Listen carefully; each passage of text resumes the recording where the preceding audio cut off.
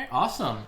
Speaking of mail at leaguecastpodcast.com, we're going to zip into mail fight. I've got an email here from Zod that or Paul, aka Zod, that we didn't get to last week.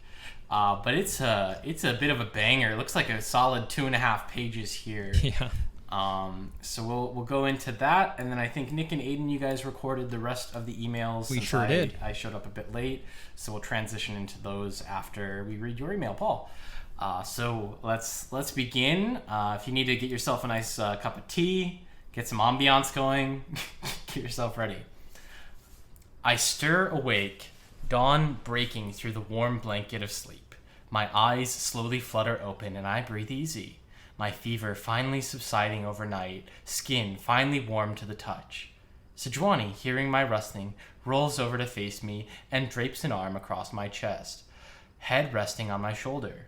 One of the most feared war mothers in the Freljord, but lying next to me, she feels almost fragile. Her fingers trace circles near my collar. You slept through the whole night, she murmurs, squeezing my hand. I think your wounds have mended. The clerics believe you can move freely soon, with some support. Bristle, hearing us talking, rises and stretches from the floor, nuzzling past Sejuani and licking my feet. Bristle, stop, I coax, pulling my legs in, and a sharp pain shoots through my joints, causing a pained expression. Slowly. I can draw you a bath after you've eaten something, Sejuani says, sitting upright and drawing a robe over her shoulders. She stands and stretches, the outlines of her muscles still visible underneath the cotton. Sunlight playing across her straw-colored hair, she steps over to the medical table that has been set up in our quarters. A variety of instruments and salves laid out in precise order. She scrubs her hands in a washbowl and dries them thoroughly before gathering several wraps of fresh gauze in a bowl of antibiotic ointment. She sits on the bed next to me and begins to peel away my dressings. Zod, she begins, hesitating. Tell me again of your battle with Renekton. A wrap on my ribs, crusted in dried blood, catches, and I wince. Of course, my love, though it is hardly a tale for polite company, I choke, squeezing her thigh. It was the 4th day when we finally caught up to the butcher, just west of Kilash village. Our horses screamed with renewed energy after days of riding without rest, and... Tell me about the fight, Sejuani says, interrupting, eyes suddenly narrowing. Gone is the doting wife, replaced by the fury of the north. She leans in, a curiously hostile smile tugging at her lips. Tell me everything. Of course. My mouth suddenly dry and my breathing hastening. I raise my arms, pantomiming melee combat. I drew my blade and met his flank, working to drive him backwards into the swamp. I signaled to... Sejuani grabs my outstretched hand and pulls my forearm into the sunlight. Curious bite wounds. Almost human.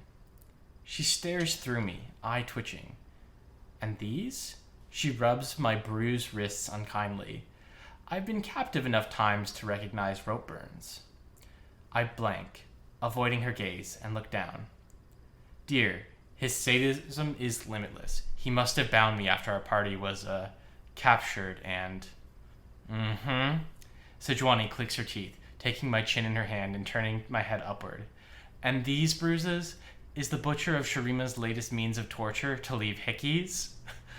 He is truly mad. His lust for power will be satiated by nothing. And these scratches? Sejuani inquires, flipping me onto my stomach with a twist of my elbow. I've seen Renekton disembowel a Brackern with his bare claws. But you? She traces a series of scratches across my back. Barely superficial. He must have been toying with me, the sick bastard. Sick enough to carve Jinx into your backside and throw us off his scent, too, eh? I flip over and pull the cover blanket up to my chin. I won't let him get away with this. Thank goodness we're on to his tricks together. She stands, walking over to the dressing table. It's curious. I've heard of Renekton eviscerating entire hives of Xersai with his Bethleth. But why would he choose to fight your party with a... Sejuani pauses, picking up an instrument from the table before walking back to the bed and sitting down next to me. I look down at her hands, blood running cold. Sejuani holds an unmistakable replica of a super mega death rocket, albeit reduced significantly in scale and of different materials. She turns it in her hands and reads the label along its side. 9 foot, tilt-over prostate Punisher. I think he meant 9 inches, but I don't know. She stares, eyes sharp. Well, I stammer. He is adept in many martial forms of combat.